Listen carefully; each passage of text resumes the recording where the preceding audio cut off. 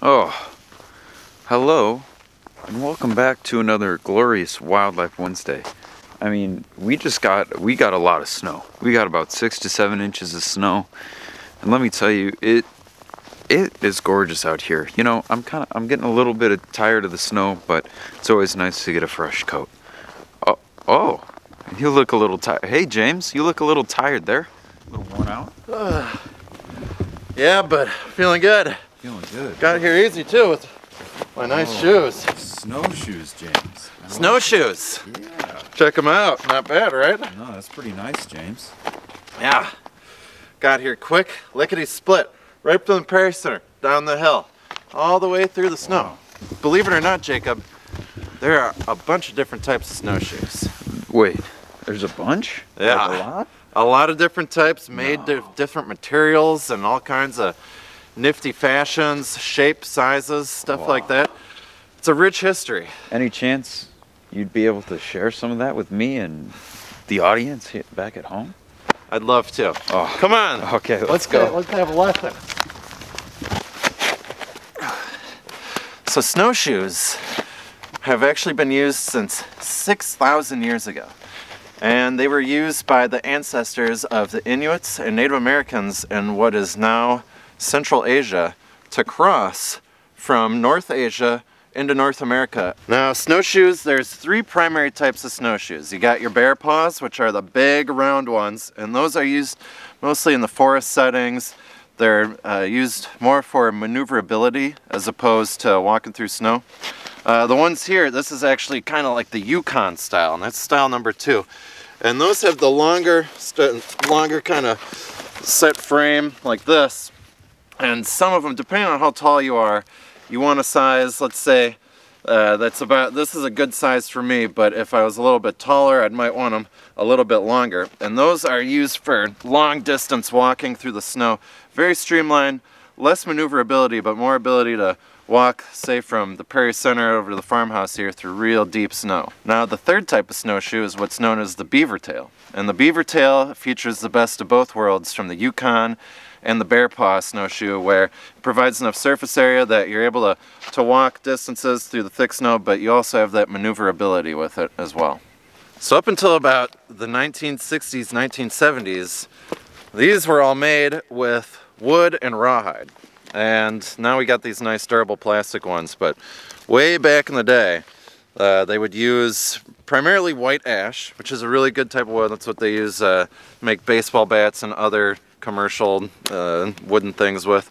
But it's also pretty firm and sturdy, and it's not very porous, so it doesn't retain a lot of moisture.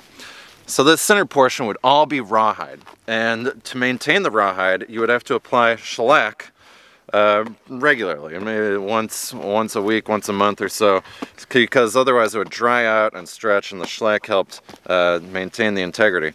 Now shellac is pretty neat because it is actually made using the secretion of an insect from India, and these insects are hemipterans, which are true bugs, are related to scale insects, which we know here in Wisconsin, they grow on your plants and they can cause a lot of diseases.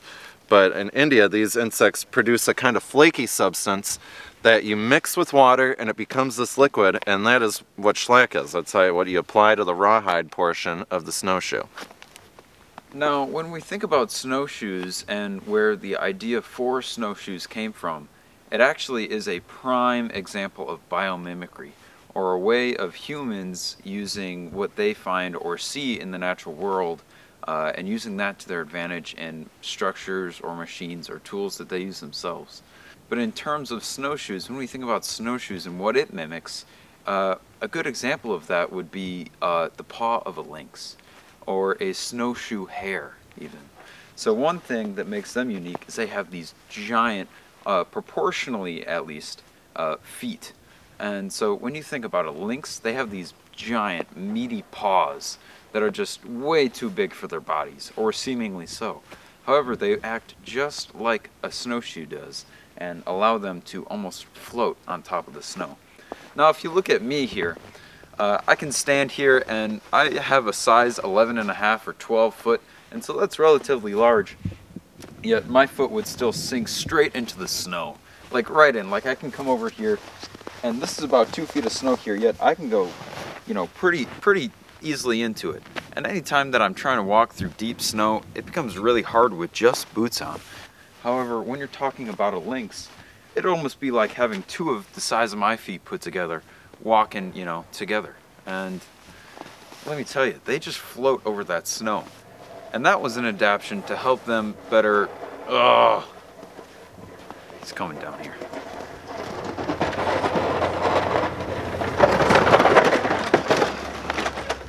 Nice. I was trying to spray you with snow. I know.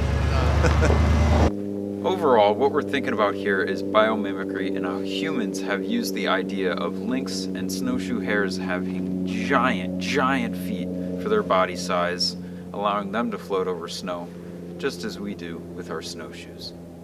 How neat is that?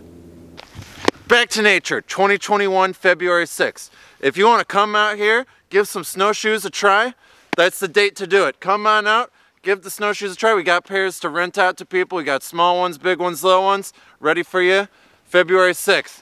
We'll see you then. Just as James said, come out here February 6th for Bethel Horizons Back to Nature. And I hope you enjoyed this installment of Wildlife Wednesday. And until next week, make sure you get outside, make sure you enjoy nature, and maybe come back to nature here at Bethel Horizons. All right, see you later.